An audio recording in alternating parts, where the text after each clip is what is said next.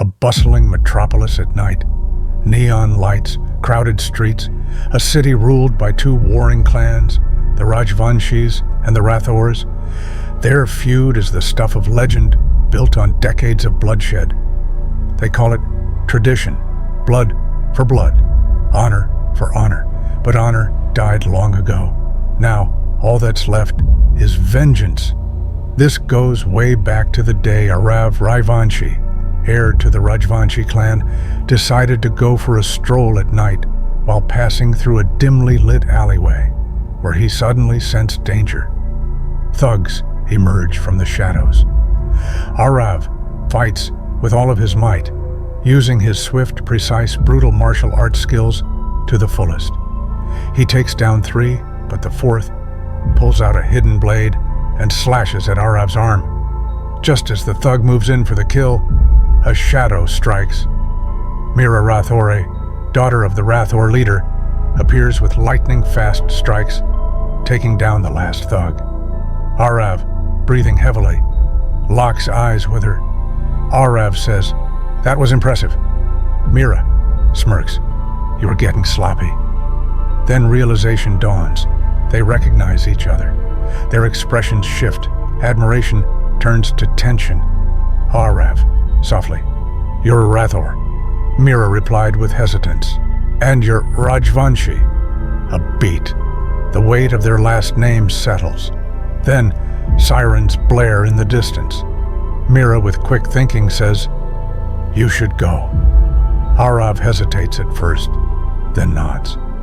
As he disappears into the night, Meera watches him as something stirs in her eyes.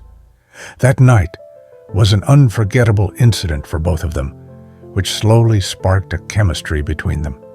Day by day, they grow closer to each other. Unwilling to confront their family, they often meet up secretly, staying in the shadows, a rooftop overlooking the city. They sit side by side, talking about their dreams of a life without bloodshed. Hence, they even train together in an abandoned warehouse, sparring, their movements fluid, almost like a dance. Laughter, stolen glances, unspoken attraction growing through the roof. Meera asks him with curiosity, "Do you ever wonder what it would be like if our families weren't at war?" Aarav replies, "Every day." They share a quiet moment. The city lights shimmer behind them like the two souls against the world. But happiness is fleeting. Fate has other plans. Soon enough, the Rajvanshis discover the truth. Aarav is dragged before his father, Shurya Rajvanshi, Shurya shouting, "You dishonor our bloodline, a Rathore." Aarav replies, "She's not the enemy. This war is pointless." Slap! Aarav's jaw tightens, but he doesn't retaliate. Meanwhile, the Rathores also learn about Meera's secret meetings. Her father, Meera Rathore, sees this as an opportunity to strike first. A message is sent, an attack on the Rajvanshi stronghold. War erupts in the streets. Aarav tries to stop it, but he's too late. Aarav, desperate for a way out, investigates the origins of the feud. After a thorough search, he discovers old documents with hidden records and a name that keeps appearing, Rana. Through a confidential informant, Aarav pieces together the truth. Rana orchestrated the original conflict. He profits from the war, controlling the city's black markets and political landscape. He manipulated both families, feeding them lies, keeping them divided. And now, with their forces weakened, he plans to wipe them both out and take over completely. But before Aarav can act, Meera has been kidnapped. Or is she?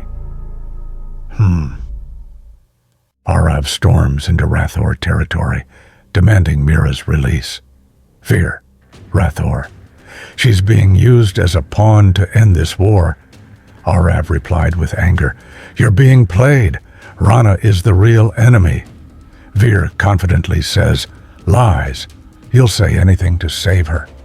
Aarav tosses a file including the documents that prove Rana's corruption. Veer hesitates, his resolve cracking, but before he can act, a gunfire is heard. Rana's men come ranging in to attack. Betrayed by their so-called ally, the Rathores and Rajvanshis are forced to fight together. On the other hand, Aarav breaks through the chaos, heading for Rana's stronghold. Aarav, wounded but determined, fights his way through Rana's fortress. Finally, he meets with Rana himself for the final showdown. Hand-to-hand combat occurs. Rana, a trained fighter, holds his own. Out of nowhere, a brutal exchange of blows. Aarav is pushed to his limit. Then Meera appears, injured but alive. Their eyes meet as Meera silently encourages Aarav. With one final strike, Aarav defeats Rana. The corrupt politician falls, his empire crumbling. But the real battle remains, ending the war. After the win with Rana, Aarav and Meera stand before their families, revealing the truth. Aarav softly explains, "Rana used us. He turned us into enemies. But we have a choice now, to keep fighting his war or to end it on our terms." Veer hesitates. His pride wars with his love for his daughter. Then, in that powerful moment, the Rajvanshi matriarch steps forward. "Rajvanshi, matriarch," softly. "Enough blood has been spilled." Everyone silenced for a while. The moment of reckoning has come. Seeing his enemy is no longer a threat to him, Veer nods. Yes, the war is over. Aarav and Meera walk through the city, hand in hand. The Rajvanshis and Rathores stand together for the first time in decades. A ceremonial truce is held as a symbolic gesture of unity. As the sun rises over the city, Aarav and Meera exchange a glance, not just lovers, but the first new generation. Ladies and gentlemen, honor is earned, but vengeance is a choice.